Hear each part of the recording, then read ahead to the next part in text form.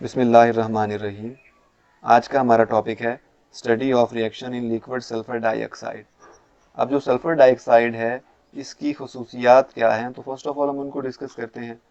तो ये सॉल्वेंट, अगर इसका फार्मूला देखें SO2, इसमें कोई प्रोटॉन मौजूद नहीं है। अगर प्रोटॉन मौजूद नहीं है तो ये नॉन प्रोटिक सॉल्वेंट है। ठीक है, नॉन प्रोटिक सॉल्वेंट। ठीक है, अगर हम इसको यूज करने की बात करें, या इसको इस्तेमाल कैसे किया जा सकता है, क्या इसको इस्तेमाल करना सेफ रहेगा अगर इसको एज अ सॉल्वेंट लिया जाए। नॉर्मली प्रॉपर्टी तो ये रहती है गुड सॉल्वेंट के लिए कि उसको हैंडल करना इजी रहे, मगर सल्फर डाइऑक्साइड के लिए हम ये बताते हैं कि ये लो कंसंट्रेशन पे भी अगर हम इसको इस्तेमाल करते हैं तो ये हार्मफुल रहता है। मगर कुछ केमिकल रिएक्शन ऐसे हैं जो सल्फर डाइऑक्साइड में वकूफ़ पजीर होते हैं, उनको बआसानी उसमें मुकम्मल करवाया जा सकता है, तो हम सल्फर डाइऑक्साइड को एज अ सॉल्वेंट यूज करते हैं। यानी ऐसा नहीं है कि अगर ये अब इजी टू हैंडल नहीं है तो फिर हम इसको इस्तेमाल ही नहीं करेंगे, इसको इस्तेमाल कर सकते हैं हम लोग, मगर वो कुछ स्पेसिफिक रिएक्शंस हैं।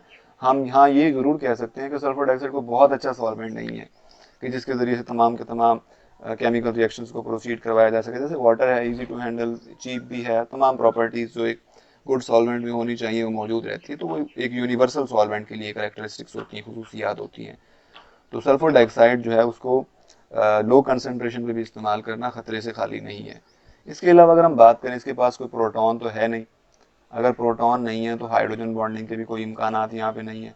ठीक है, हम कहते थे ना कि hydrogen bonding more electronegative atom like oxygen, nitrogen, fluorine वगैरह, ये जब किसी हाइड्रोजन से अटैच्ड होते हैं तो हाइड्रोजन बॉन्डिंग करते हैं, तो हाइड्रोजन बॉन्डिंग के यहाँ पर इम्कानात मौजूद नहीं है। इस वजह से मतलब हम कहते हैं कि ये जो उसकी एसोसिएशन है, अब इंटरमोलिकुलर फोर्सेस, हाइड्रोजन बॉन्डिंग होती तो बहुत स्ट्रॉन्ग रहती, किसी भी सोल्यूट के साथ इंटरेक्शन कायम करता तो बहुत स्ट्रॉन्ग रहती, मगर अब ये उस तरह से इंटरेक्शन कायम नहीं कर सकता। ठीक है, तो प्रोटिक सॉल्वेंट की निस्बत इसकी जो हाइड्रोजन बॉन्डिंग की कमी के बायस जो इसकी एसोसिएशन है वो कम रहेगी। ठीक है, तो it is not associated to great extent as compare to protic solvent. तो हम लिख लेते हैं इसको, एसोसिएशन इज लेस, किसके मुकाबले में, as compare to protic solvents. Protic solvent यानी कि वो तो हाइड्रोजन बॉन्डिंग भी कर सकते हैं, उसके अलावा उनमें पार्शियल पॉजिटिव या पार्शियल नेगेटिव चार्जेस की इंटेंसिटी भी ज़्यादा रहती है। फिर इसके डाई इलेक्ट्रिक कांस्टेंट की, जो सोल्यूट के मॉलिक्यूल को है ना डिस्पर्स करता है, आयोनाइज करता है, वो डाई इलेक्ट्रिक कांस्टेंट कहलाता है। तो डाई इलेक्ट्रिक कांस्टेंट की वैल्यू भी यहाँ पर कम रहेगी, तो it has low dielectric constant value. ठीक है जी, तो डाई इलेक्ट्रिक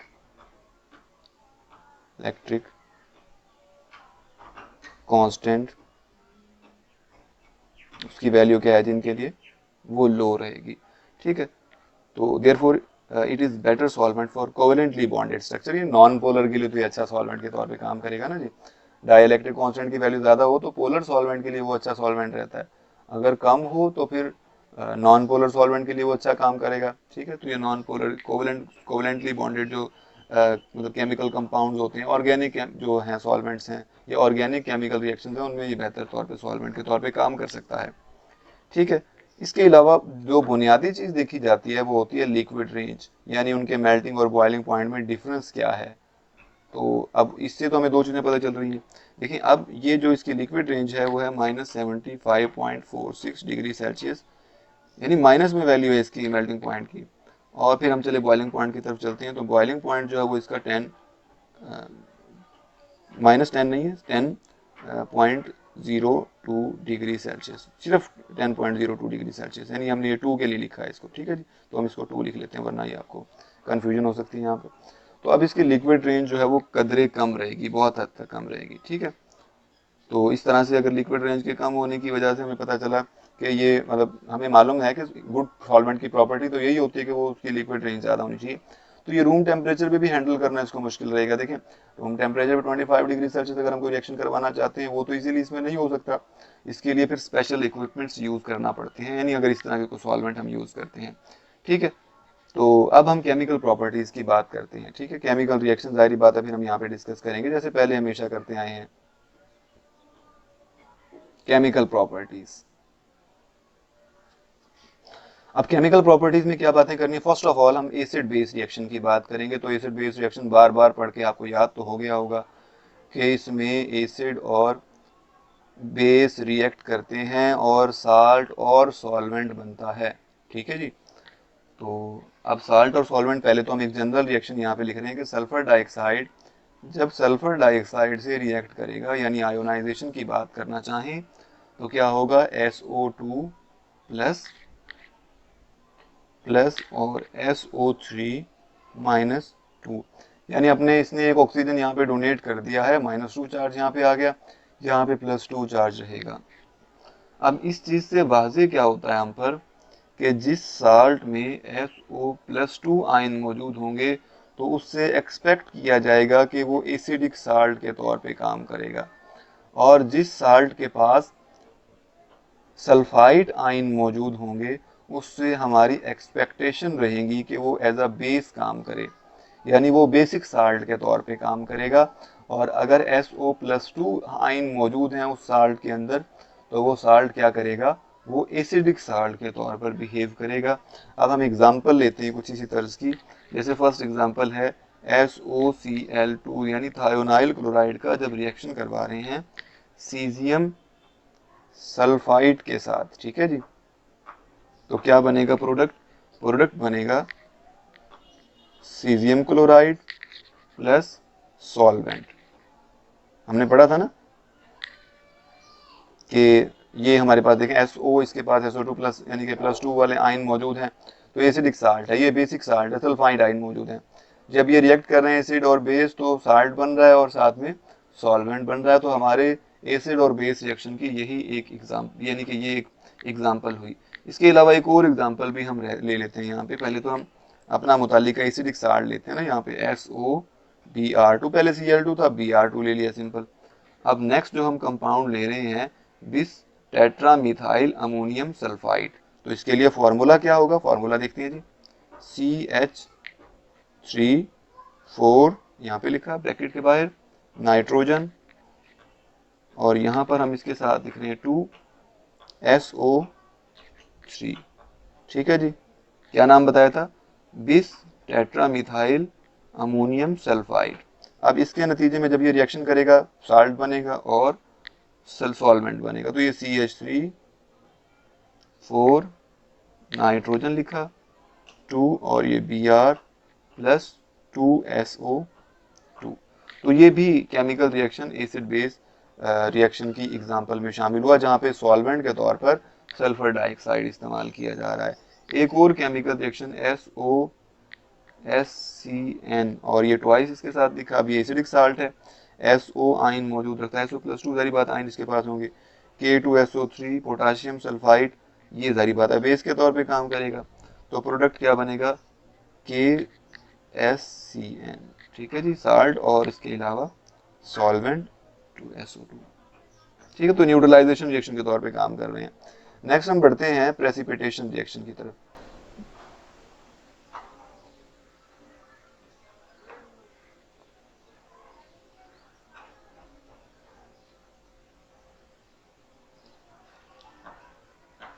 बहरहाल हम रिएक्शन प्रेसिपिटेशन, तो वो रिएक्शन होता है ना कि जब दो कंपोनेंट्स को रिएक्ट करवाते हैं तो एक कंपोनेंट जो प्रेसिपिटेट आउट हो जाता है सॉलिड की फॉर्म में। तो यहाँ पर सॉल्वेंट हमारे पास सल्फर डाइऑक्साइड ही है, तो ये हमारे पास SbCl3 प्लस लिथियम आयोडाइड, तो हमने बैलेंस करने के लिए 3 भी इसके साथ लिखा। ये केमिकल रिएक्शन याद करनी पड़ेगी जी आपको, LiCl प्लस SbI3 AlCl3। अब वो भी हमारे पास ये लेविस एसिड है ना, आपको मालूम होगा ये BF3 AlCl3 इस तरह के। तो जब सोडियम आयोडाइड से रिएक्ट करता है तो ये हमारे पास बनेगा Li3 और 3NaCl। तो ये सोडियम क्लोराइड जो है ना वो प्रेसिपिटेट हो जब बन जाता है सल्फेट। हमने बताया था आयोनिक सॉल्वेंट, आयोनिक कंपोनेंट के लिए तो इसकी इंटरेक्शन वीक रहती है, यानी इतना अच्छा एसोसिएशन जाहिर नहीं करेगा। हाँ, अलबत्ता जो नॉन पोलर रहते हैं सॉल्वेंट कोवेलेंटली बॉन्डेड होते हैं उनके लिए इसकी इंटरेक्शन बहुत अच्छी होती है, तो उनको तो डिसॉल्व कर लेगा, सोडियम क्लोराइड बेचारे को नीचे बिठा देगा। तो ये यहाँ पर इसके साथ जो है ना वो हमने केमिकल रिएक्शन लिखा, पोटाशियम ब्रोमाइड थायनाइल क्लोराइड से रिएक्ट करे, तो हम लिखते हैं रिएक्शन उसके लिए कि पोटाशियम ब्रोमाइड KBr बैलेंस करने के लिए 2 लिखा है इसके साथ, SOCl2, प्रोडक्ट में क्या बनेगा जी, SOBr2 thionyl bromide plus KCl potassium chloride. और देखें ये भी आयोनिक कंपोनेंट है तो नीचे प्रेसिपिटेट की फॉर्म में नीचे बैठ जाएगा जी। ठीक है जी, तो ये कुछ केमिकल रिएक्शन हुए। अब नेक्स्ट केमिकल रिएक्शन की जाने बढ़ते हैं। अब नेक्स्ट में कौन कौन से केमिकल रिएक्शन, जैसे अब हम बात करेंगे एम्फोटेरिक रिएक्शन की। अब एम्फोटेरिक रिएक्शन कैसा होगा कि जिसमें एक कंपोनेंट एज एसिड और बेस दोनों के तौर पे काम करता है। तो सल्फर डाइऑक्साइड यहाँ पे एक्वस मीडियम के तौर पे हम ले रहे हैं, एक्वस मीडियम की तरह काम करता है, सॉरी हम ये बताते हैं। सल्फर डाइऑक्साइड अब इन रिएक्शंस में एक्वस मीडियम की तरह काम करता है। आपको मालूम होगा वाटर जो है वो एम्फोटेरिक है, एसिड के तौर पे भी बिहेव करता है, बेस के तौर पे भी काम करता है, दोनों के तौर पे। तो यहाँ पे AlCl3 हम रिएक्शन लिख रहे हैं जी, 3CH3, वही अभी हमने जो कंपोनेंट लिया था 4N2SO3। ठीक है जी, ये जब रिएक्ट करेगा, अब अगर इसको स्मॉल अमाउंट में लेते हैं तो प्रोडक्ट बनेगा हमारे पास Al2SO3 थ्राइस, ये नीचे प्रेसिपिटेट आउट हो जाएगा। इसके अलावा 6CH3 4 नाइट्रोजन और इसके साथ बाहर लिखेंगे क्लोराइड। तो अब ये प्रेसिपिटेट बन जाएगा अगर स्मॉल क्वांटिटी ले रहे हैं इस कंपोनेंट की हमारे पास। अगर इस कंपोनेंट की क्वांटिटी को एक्सेस कर लें तो ये प्रेसिपिटेट बना, पहले तो प्रेसिपिटेट बना रहा था ना ये, यानी कि LCl3 से रिएक्ट करके, अब ये प्रेसिपिटेट नहीं बनाएगा बल्कि इसी के साथ मिलकर डिसॉल्व कर लेगा इसको। तो इसका रवैया कम होने पे अलग होता है, ज्यादा होने पे अलग हो जाता है। अब देखें यही चीज है, इसी कंपोनेंट को जो इसके सोल्यूशन में मौजूद है उसी को अब दोबारा डिसॉल्व कर रहा है। तो हम लिख लेते हैं जी दोबारा, फिर ये दोनों कंपोनेंट हमें लिखना पड़ेंगे जी, Al2SO3 thrice plus 3CH3 4N twice SO3। और अब देखिए ये बजाय इसके कि इसको प्रेसिपिटेट आउट करता है जैसे पहले मतलब बना था, जारी बात है ये देखें ना, ये दोनों एक ही जगह पे मौजूद होते हैं, एक ही मिक्सचर में मौजूद होते हैं। तो अब पहले तो ये उसको प्रेसिपिटेट बना रहा था AlCl3 से रिएक्ट करके, मगर अगर ये ज्यादा मिकदार में है तो ये कहेगा जी नहीं अब आपको प्रेसिपिटेट नहीं बनना है, अब आप हमारे साथ डिजोल्व होकर रहें। ठीक है, तो अब वो सॉल्युबल फॉर्म में मौजूद रहेगा। 2, इसकी एक एग्जाम्पल लिख देना काफी रहेगा, जारी बात है आप एक भी एग्जाम्पल याद कर लें बहुत है आपके लिए। तो CH3 4 नाइट्रोजन, इसके साथ 3 लिखा, और ये हमारे पास केटाइन बना, इसके साथ एनाइन जो है वो Al2SO3 थ्राइस -3, तो ये एनाइन है। इस तरह से ये हमारे पास एक प्रोडक्ट बन गया, डिसॉल्व फॉर्म में ये मौजूद रहेगा। रिडॉक्स रिएक्शन की एग्जांपल नेक्स्ट हम बयान करते हैं। ठीक है जी,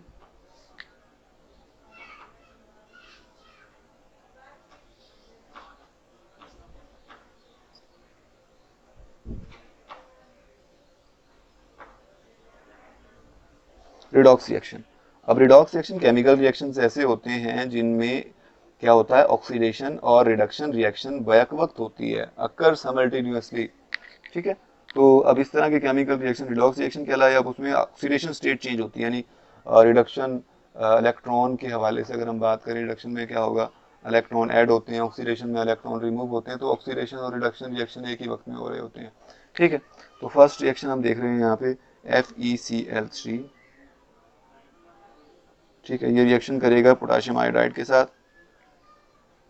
बैलेंस करने के लिए यहाँ पे भी 2 लिखा हमने और इधर भी 2 लिख रहे हैं। ठीक है, और प्रोडक्ट बनेगा 2FeCl2 plus 2KCl potassium chloride plus iodine.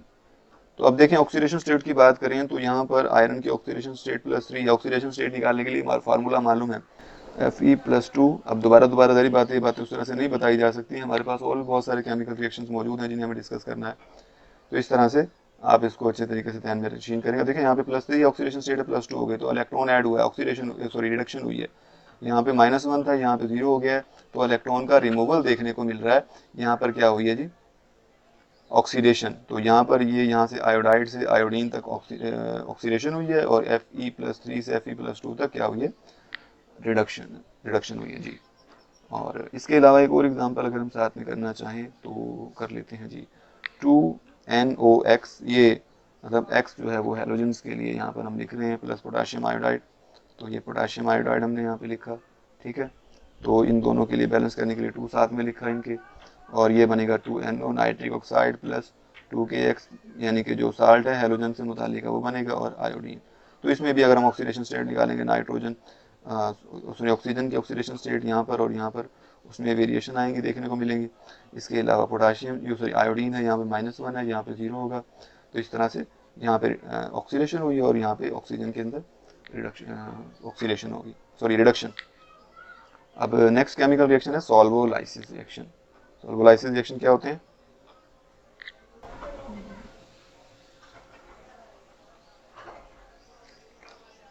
सॉल्वोलाइसिस reaction यानी सॉल्वेंट के कंपोनेंट जो है वो ब्रेक हो जाते हैं, दो में डिवाइड हो जाते हैं, तो वो सॉल्वोलाइसिस, लाइसिस मीन ब्रेक डाउन। तो अब देखिए हमारे पास एक केमिकल रिएक्शन हम यहाँ पे लिख रहे हैं, जिंक का जब रिएक्शन करवाते हैं C2H5 ट्वाइस, इसके साथ in the presence of sulphur dioxide, ये एज अ सॉल्वेंट हम यहाँ पर यूज कर रहे हैं, तो क्या होगा, प्रोडक्ट बनेगा ZNO जिंक ऑक्साइड। यहाँ से एक ऑक्सीजन जिंक के पास चला गया, बाकी हमारे पास क्या बचा, C2H5, ठीक है, साथ में ट्वाइस SO। तो देखें सॉल्वेंट SO अलग रह गया और एक ऑक्सीजन जिंक के साथ मिल गया। यहाँ पे इसकी डिकम्पोजिशन हो, यानी डिकम्पोजिशन की बजाय हम इसको नाम देंगे सॉल्वोलाइसिस केमिकल रिएक्शन का। PCl5 फॉस्फोरस पेंटाक्लोराइड के साथ जब ये रिएक्शन करेगा SO2 तो फॉस्फोराइल क्लोराइड POCl3 बनाएगा, और SOCl2 तो ये थायोनाइल क्लोराइड बनाएगा। थायोनाइल क्लोराइड ये बना हमारे पास, और ये फॉस्फोराइल क्लोराइड। ये रिएक्शन तो आप सेकेंड ईयर में भी पहले ही डिस्कस करके आ चुके हैं इस तरह के बाद। और ये वाटर की तरह एक बिहेव करता है, यानी PCl5 वाटर में ऐड करें ना, POCl3 और HCl बनता है, तो ये उसी तरह से इसने काम किया है।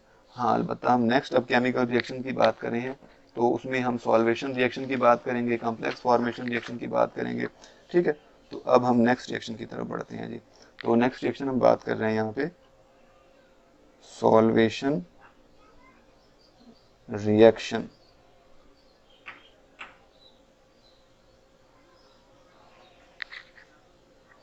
सॉल्वेशन रिएक्शन में अब हम बात करते हैं सॉल्वेशन में होता क्या है, सोल्यूट के कंपोनेंट को सॉल्वेंट जो है वो मतलब तमाम अतराफ से घेर लेता है, नई इंटरेक्शन बनती हैं, सोल्यूट सॉल्वेंट इंटरेक्शन सॉल्व, तो वो सॉल्वेशन कहलाता है वो प्रोसेस, ठीक है।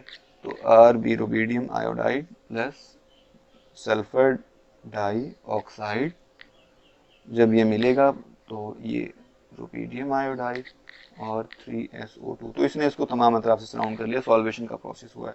हाँ स्ट्रॉन्शियम आयोडाइड प्लस 4SO2, तो इसमें भी ऐसे लिखेंगे आप, इकट्ठा मिला के लिखते हैं इसको, डॉट लगा के स्ट्रॉन्शियम आयोडाइड 4SO2। अब इसमें ना होता ये है कि आयोडाइड आयन अलग हो जाते हैं, स्ट्रॉन्शियम आयन अलग होते हैं, सल्फर डाइऑक्साइड तमाम तरफ से इनको घेर लेता है। हाँ अब नेक्स्ट रिएक्शन चलते हैं जी। 7 पॉइंट हमारा कॉम्प्लेक्स फॉर्मेशन रिएक्शन, ठीक है।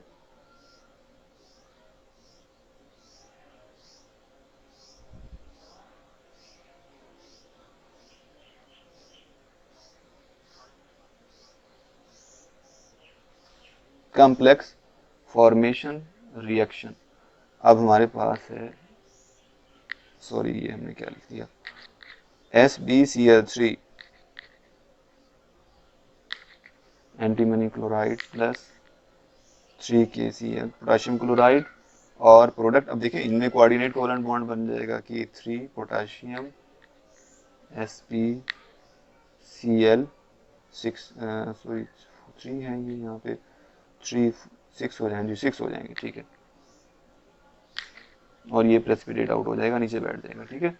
इसके अलावा एक और रिएक्शन भी कर रहे हैं जी, फर्दर हम बल्कि कॉम्प्लेक्स, हाँ एक और रिएक्शन कर लेते हैं। अगर इसकी एक्सेस क्वांटिटी यानी कि SbCl3 की ले ली जाए यहाँ पे, तो K3SbCl6 जो कि पहले प्रेसिपिटेट आउट हो गया था, अब वो क्या करेगा, अब वो प्रेसिपिटेट नहीं बनेगा बल्कि एक और कंपोनेंट बन जाएगा और जो डिजोल्व हो जाएगा उसके अंदर, ठीक है। तो 3SbCl5, आप कहेंगे यहाँ पे सल्फर डाइऑक्साइड तो कहीं नजर ही नहीं आ रहा, तो देखेंगे तो नजर आएगा ना वो, क्योंकि सॉल्वेंट के अंदर एक मीडियम के तौर पे, सॉरी यहाँ पे सॉल्वेंट के तौर पे काम कर रहा है, तो लाजमी नहीं है हर चीज़ आपको जो नजर आ रही है वही चीज़ आपके सामने आप लिखेंगे। आप इसके ऊपर लिखते हैं हेडिंग लगा के या साइड में थियोरेटिकली आप उसको लिखते हैं कि इसमें sulphur dioxide as a solvent use किया जा रहा है, तो उसका नजर आना आपके लिए लाजमी नहीं है, ठीक है। तो SbCl 3। अब ऑर्गेनिक रिएक्शंस की एग्जांपल भी ले लेते हैं, वो तो आपको मालूम ही होंगे, वैसे वो भी मालूम नहीं होंगे।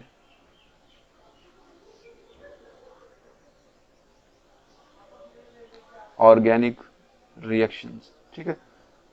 तो सल्फोनेशन तो आप पहले पढ़ के आए होंगे, मगर आप आज सल्फोनेशन के लिए एक अलग तरह का रिएजेंट आपके सामने आया है। आप इसको देखकर आपका दिल बाग बाग हो जाएगा। ClSO3H लिक्विड सल्फर डाइऑक्साइड हम यहाँ पे यूज़ करेंगे। अब सॉल्वेंट यूज़ करना ना, ये लाजमी नहीं है कि आप जो है ना आप सोचें कि हम यहाँ पर इससे सॉल्वेंट से ही सारे काम ले लेंगे। सॉल्वेंट तो मीडियम के तौर पे काम करता है, ठीक है।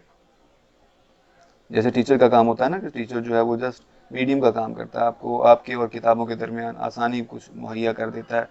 आपके लिए तो कुछ ज़्यादा ही करना पड़ती है, नोट्स भी खुद ही देना पड़ते हैं और मतलब पढ़ाना भी खुद ही पड़ता है, फिर उसको याद भी खुद ही करना पड़ता है, क्योंकि आपने तो याद करना ही नहीं, तो टीचर ही याद कर रहा होता है ना उसको फिर। तो बहरहाल यहाँ पे आपके साथ मामला और तरह के हैं। हाँ, ये नॉर्मल स्टूडेंट्स की बात चल रही है कि वहाँ पर टीचर उनके लिए मीडियम के तौर पे काम कर रहा होता है, वो एग्ज़ाम नहीं देता है। यहाँ पे एक टीचर एग्ज़ाम देता होता है। आप एग्जामिनेशन हॉल में भी हम आते हैं ना, तो वो एक ही बात है। हाँ, ये जिस तरह से H2SO3 हो जाता है, तो यहाँ पे एक Cl है, यहाँ पे इस तरह से कह लें, वो अटैच है इसके साथ, ठीक है। तो अब हम यहाँ पर इससे मुताल्लिक है, सल्फोनेशन में तो आपको पता है SO3H नहीं अटैच होना है ना जी, मालूम होगा जी। SO3 sulphonic benzene sulphonic acid बन गया। हाइड ये देखें ना, SO3H यहाँ पे अटैच होगा Cl, और यहाँ से बेंजीन से एक हाइड्रोजन आए, वो HCl बना देगा। हाँ, फ्रेडल क्राफ्ट अल्काइलेशन या असाइलेशन के हवाले से जो रिएक्शन करवाते हैं, वहाँ पर भी ये इस्तेमाल किया जा सकता है। यानी ये LCl3 हम जो नॉर्मली यूज़ करते हैं, बहरहाल एक रिएक्शन तो देख ही लेते हैं। तो ये फ्रेडल क्राफ्ट, ये हम हेडिंग दे लेते हैं यहाँ से, ठीक है, फ्रेडल क्राफ्ट रिएक्शन, वरना कहेंगे नाम नहीं लिखा, ऐड कर देंगे उसके अंदर। हमसे पहले गलती हो गई थी, विटिंग रिएक्शन था वो, और हमने उसको विटिंग रिएक्शन बता दिया, वो एक मिस्टेक थी। तो बराए करम आप उसको ना गलती तसव्वुर करें हमारी, और उसको ज़रा मेहरबानी फरमाएंगे आप नहीं इसको करेंगे, ठीक है, क्योंकि पेपर आपके हमने चेक नहीं करने हैं।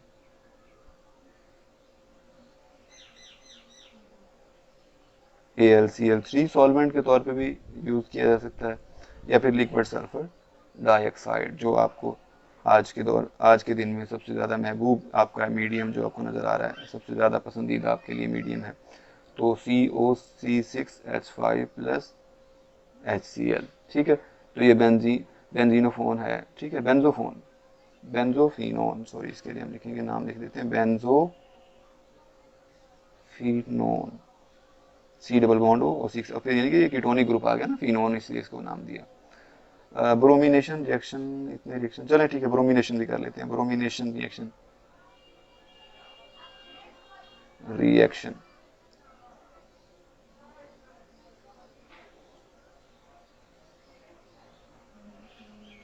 आपको याद होगा ना, अल्कीन्स के रिएक्शन हम पढ़ा करते थे पहले, तो वो अल्कीन जो है वो ब्रोमिनेशन करती थी।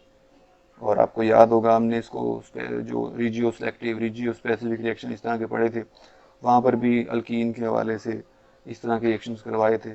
तो ये बहरहाल लिक्विड सल्फर डाइऑक्साइड यहाँ पे सॉल्वेंट के तौर पे काम कर रहा है, ठीक है। नॉन पोलर, हमने कहा था ना, non polar mostly chemical reaction इसमें करवाए जाते हैं। CH, अब एक ब्रोमीन अटैच हो गया इसके साथ, नेक्स्ट CH2, और यहाँ पे भी इसके साथ एक ब्रोमीन, जो आपको मालूम होगा ट्रांस प्रोडक्ट बनता है। अगर आप ओपन करके लिख रहे हैं तो इस तरह से लिखेंगे, तो स्टायरीन डाइब्रोमाइड, आप ये है स्टायरीन, और ये है स्टायरीन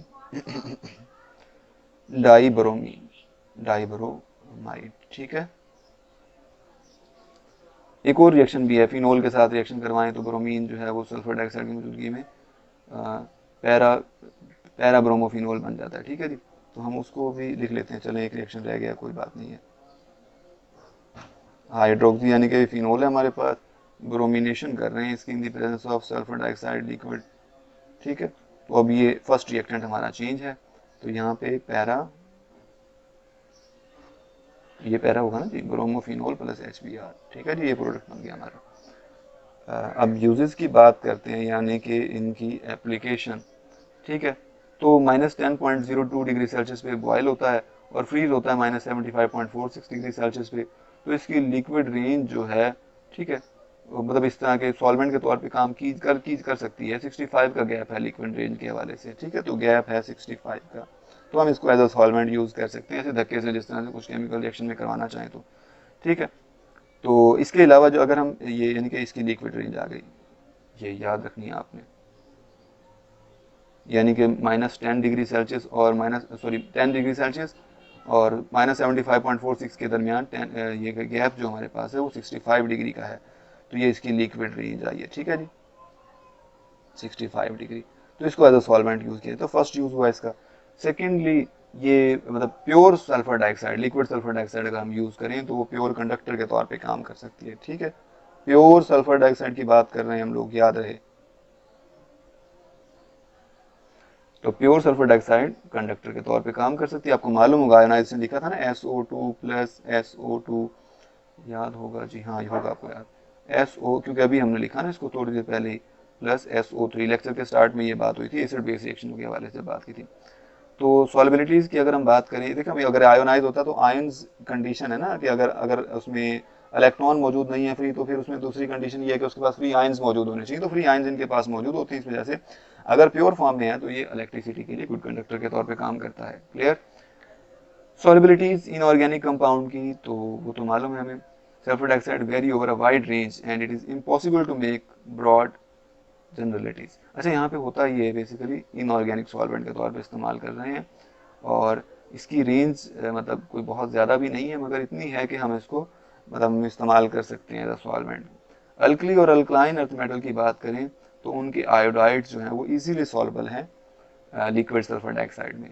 सुन लीजिएगा, इसको सारी चीज़ें लिखने की नहीं है, बहरहाल चलो हम थोड़ा सा हिंट तो दे ही देते हैं कि फर्स्ट ए ग्रुप से मुतालिक अल्कली और सेकंड ए से मुतालिक अल्कलाइन अर्थ मेटल, उनके आयोडाइड यानी जब वो आयोडाइड साल्ट बनाते हैं ना, जैसे सोडियम आयोडाइड वगैरह, तो वो लिक्विड सल्फर डाइऑक्साइड में इजीली सॉल्युबल होते हैं, ठीक है। मगर दूसरे हैलाइड्स की सॉल्युबिलिटी इनमें कम हो जाती है, यानी सल्फर डाइऑक्साइड में वो सॉल्युबल नहीं होंगे, ठीक है।